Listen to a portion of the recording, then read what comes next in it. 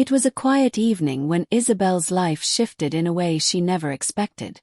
The sun had just begun to dip behind the horizon, painting the sky in soft hues of orange and pink, and a calm breeze fluttered the sheer curtains of her living room.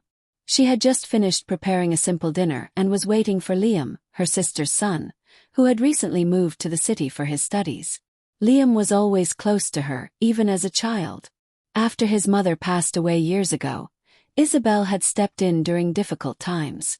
Though he was now a young man of 19, tall, lean, and carrying a gentle charm to her, he had always remained the little boy with curious eyes and a quiet smile.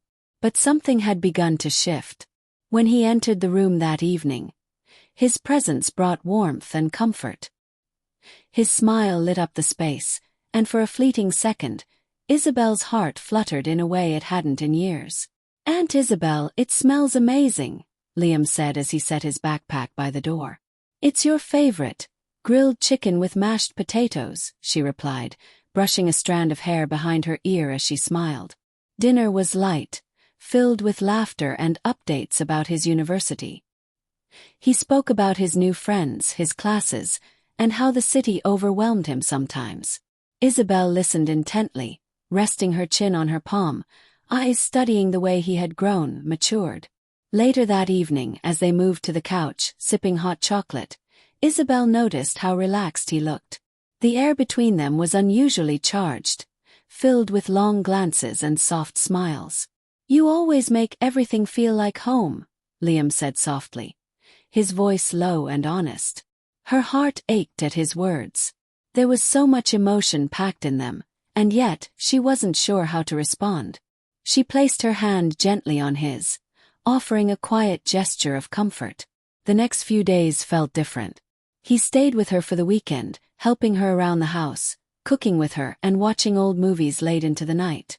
One night, as rain poured outside and thunder rumbled softly, they sat closer than usual on the couch.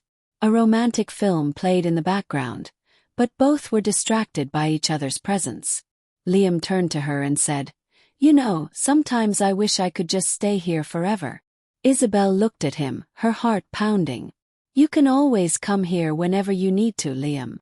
He didn't say anything right away. Instead, he brushed a strand of her hair back from her face, his fingers lingering slightly longer than they should have.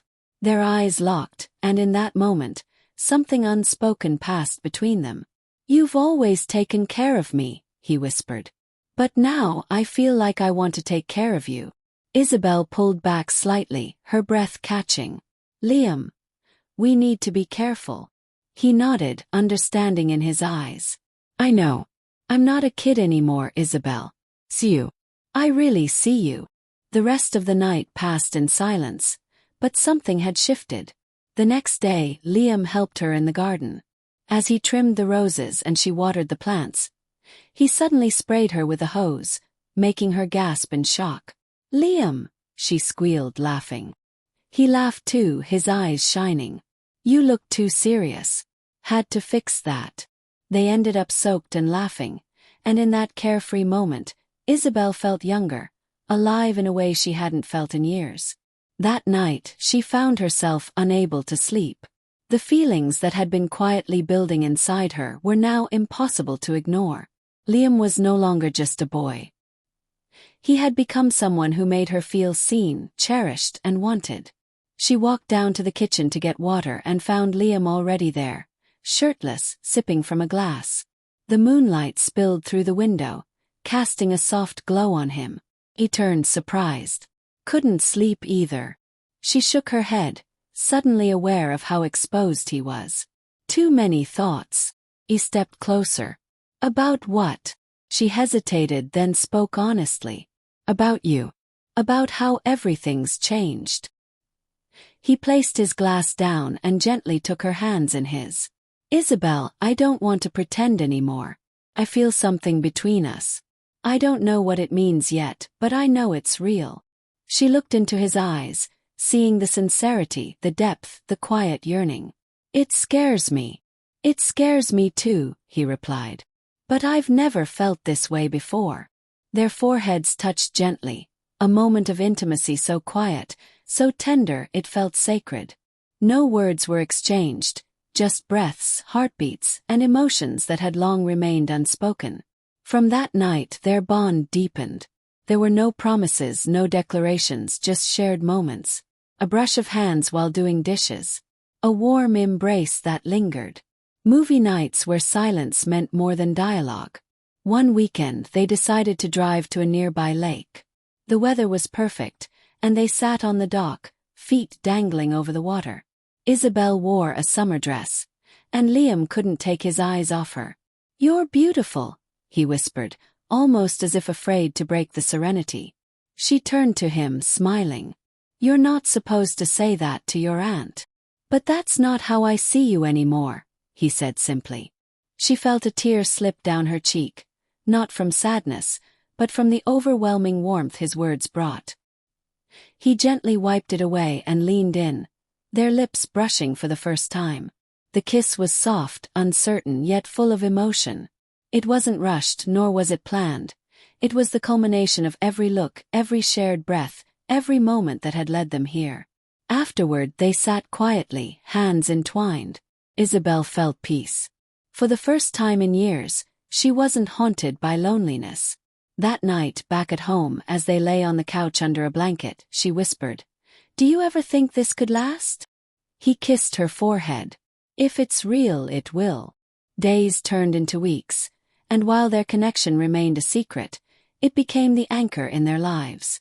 Liam continued with his studies.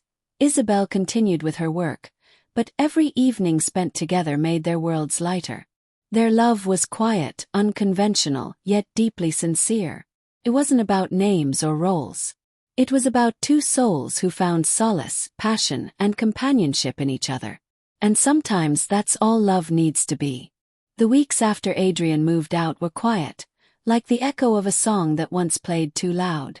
I tried to move on. Coffee dates, crowded subways, familiar faces, but nothing filled the space he left behind. Until one rainy evening weeks later, I opened the door and found him standing there, drenched, eyes wide, heart in his throat. "I couldn't stay away," he whispered. "I tried, but every part of me kept coming back to you." I didn't speak. I just stepped aside. That night nothing felt forbidden. His touch was no longer hesitant. It was certain, reverent. We moved like two people who had held back for too long, finally allowing the storm to break.